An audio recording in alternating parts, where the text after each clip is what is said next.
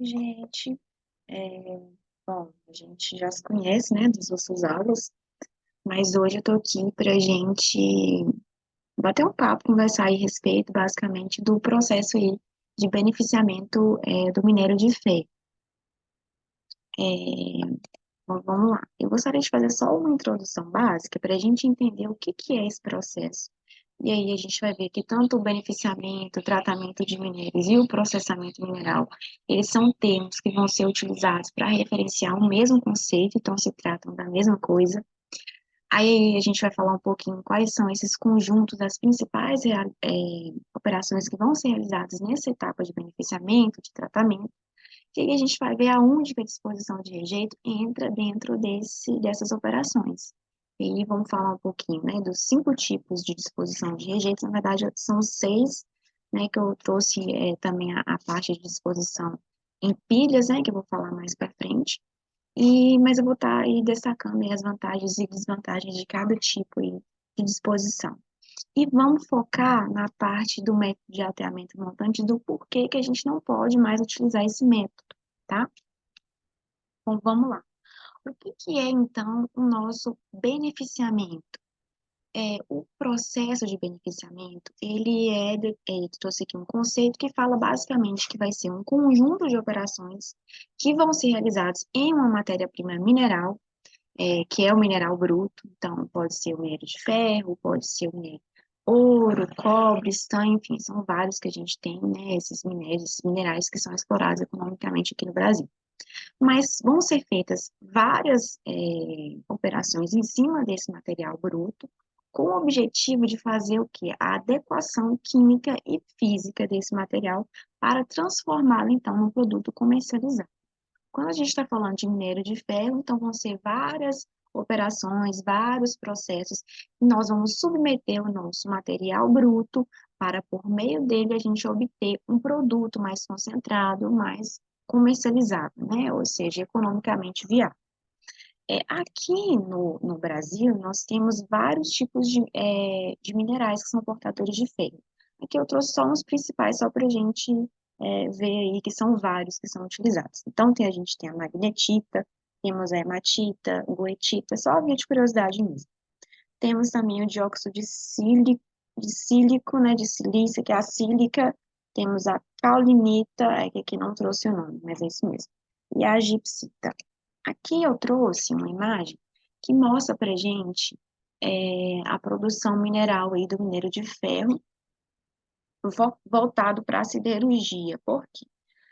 Especificamente com relação à produção mineral brasileira, o minério de ferro ele vai ser quase que totalmente utilizado na indústria siderúrgica. Então, existem parcelas, né, mas são parcelas menores, que vão ser destinadas a outros tipos de setores, como, por exemplo, indústrias de cimento, indústria da química. Mas, em sua maioria, o minério de ferro no Brasil vai ser utilizado na indústria siderúrgica. Então, aqui eu trouxe, né, mostrando como que é esse processo. Então, nós temos uma jazita por meio das operações de lavra. Essa jazita ela vai ser explorada, então nós temos a primeira fase, que é a fase de lavra. Aqui das nossas outras aulas, a gente já viu, nós vamos gerar um resíduo, que é o estéreo, que é esse primeiro resíduo gerado, que não passa pelo processo de tratamento, que é descartado diretamente, né?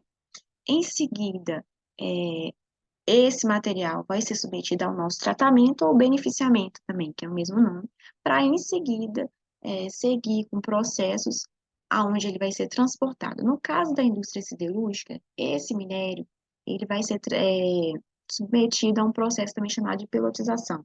E aí ele vai ser, então, né, transmitido para o mercado externo do Brasil. Quais são as nossas principais operações aí que são realizadas no processo de beneficiamento mineral? Aqui eu trouxe uma imagem que mostra para gente. Então, nós temos aqui o minério, um processo de lavra que nós vamos extrair esse minério.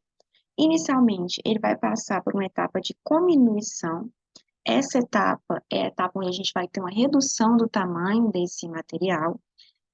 Normalmente, nós temos 2 tipos de processos, né, de comunição, que é tanto a britagem quanto a moagem, né, todos eles têm o mesmo objetivo, que é diminuir o tamanho das partículas. Em seguida, nós temos uma separação por tamanho. Essa separação vai ser basicamente feita ou por peneiramento ou por classificação em espiral. Em seguida, nós temos a etapa de concentração. Nessa etapa, a gente vai ter a separação das espécies mineralógicas que são economicamente viáveis da de ganga. Ganga é um termo que é utilizado aí dentro da mineração para a gente referir ao nosso rejeito. Então, na parte de concentração, nós vamos ter aquele material, que é o que a gente chama de concentrado, que vai ser o que vai ser, né, transformado no produto final para ser utilizado nas nossas indústrias. E o rejeito, que aqui dentro do nosso rejeito, sim, ele vai ser submetido também a alguns processos e em seguida vai ser feita a sua disposição de maneira adequada. Aqui dentro, nesse exemplo, né, de uma pesquisa que eu utilizei, a gente tem a disposição dele feita em basicamente 5 tipos distintos. No primeiro tipo, que é do tipo de enchimento, ele pode ser feito tanto em cava a céu aberto, quanto em galerias subterrâneas. Na parte de barramento, aí a gente tem as barragens que são o alteamento montante, alteamento jusante e de linha de cinta.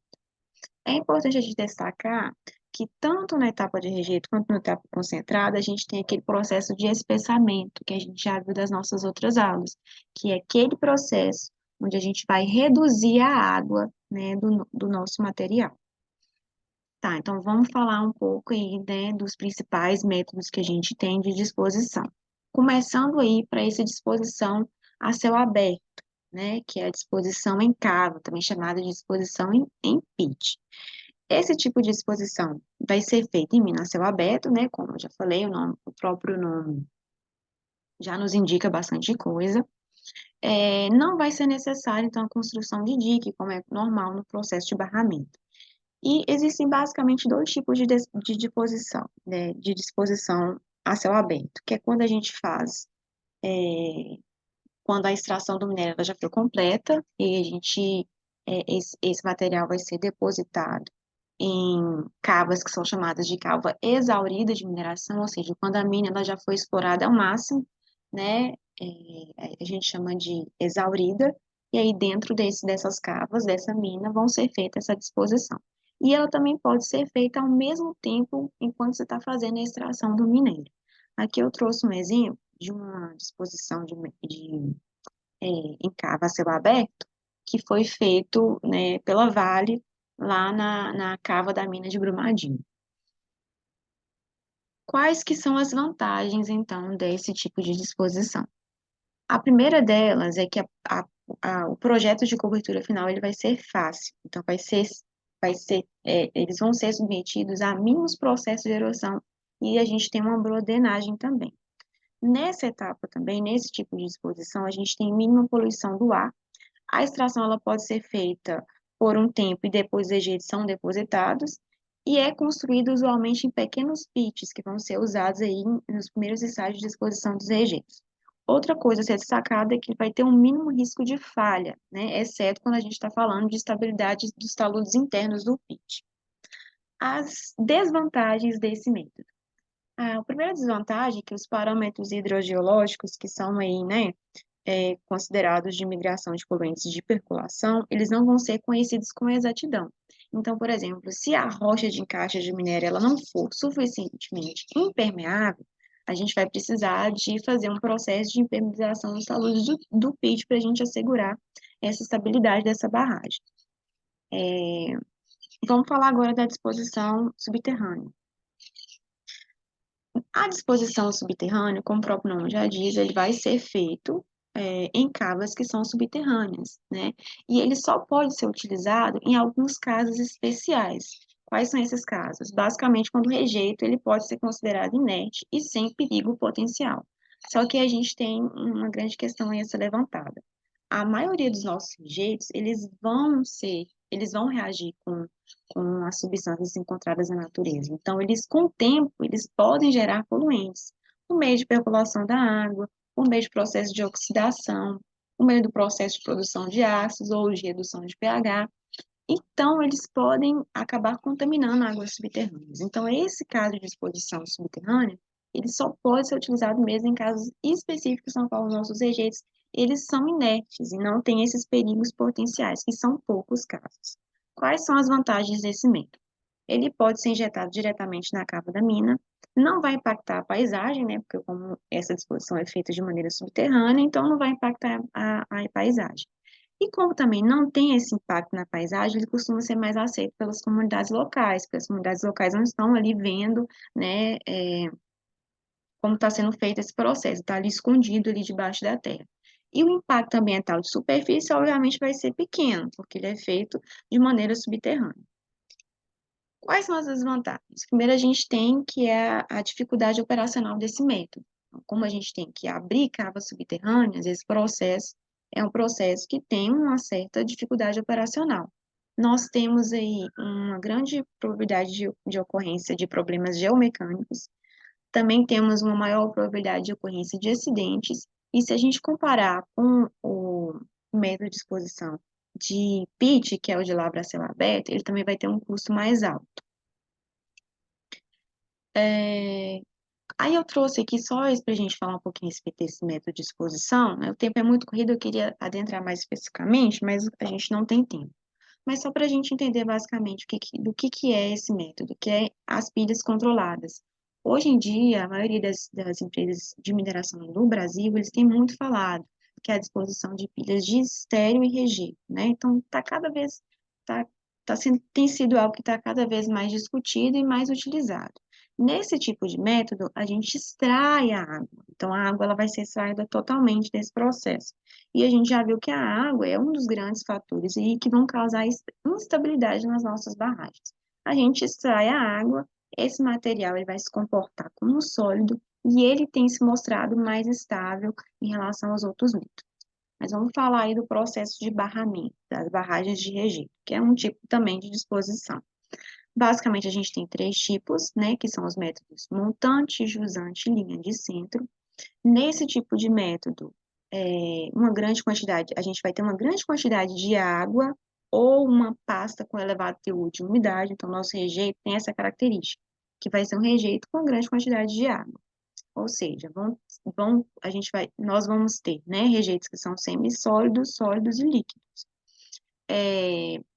Esse tipo de processo é feito basicamente a partir de alteamentos, né, ao longo do tempo. A forma como esses alteamentos vão ser feitos vão ser diferentes em relação ao dique inicial. Então, o que muda é a direção em que os alteamentos adicionais vão ser feitos em relação ao dique inicial. No método de montante, nós temos um dique inicial, na qual os diques adicionais vão ser feitos a montante do dique inicial. No método de jusante, os nossos diques adicionais vão ser feitos a jusante do dique inicial.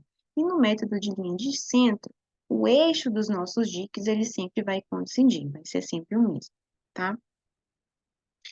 Eu não vou estar especificando a respeito desses métodos ou falando o que é cada um desses métodos, porque a gente já viu bastante nas nossas outras aulas.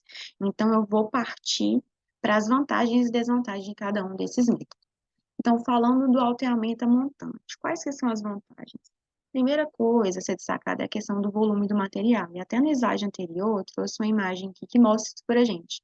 Se a gente reparar, né, o volume que a gente precisa para utilizar esse tipo de método, volume de rejeito, o volume de empréstimos, ele vai ser menor se comparado aí com os outros métodos. Então, essa é uma das vantagens. A outra questão é que ele vai ter um menor custo de construção se comparado com os nossos outros métodos. A gente tem uma maior velocidade também de alteamento, uma facilidade de operação, e ela pode ser construída em topografias que são muito íngremes. Mas as desvantagens que a gente tem, a principal delas é a baixa segurança. Então, até aqui em Minas Gerais, desde 2015, nós temos o rompimento de mais de 6 barragens. Todas essas barragens que se romperam, elas têm essa característica em comum, que elas foram construídas por meio desse método de alteamento montante. Inclusive, a gente tem dois grandes rompimentos, que foi o que aconteceu em Mariana, em Brumadinho, a gente também teve um em Itabira, e essas barragens foram construídas por meio desse método. Esse método, ele vai ser menos seguro, principalmente porque ele tem uma grande susceptibilidade à liquefação, seja por sismos naturais ou por meio de vibrações que podem ser decorrentes de movimentos mesmo dos equipamentos. Quando os rejeitos eles não são compactados ou eles são é compactado de maneira muito rápida, a superfície crítica de deslizamento, ele vai passar pelos rejeitos sedimentares. Isso também é um grande problema que traz muita instabilidade. E existe a possibilidade da ocorrência dos chamados pipings, que é o que a gente já viu também das nossas outras aulas, que são aqueles canais de infiltrações dentro da nossa estrutura, da nossa barragem. E vamos falar então por que que a gente não pode mais utilizar esse método.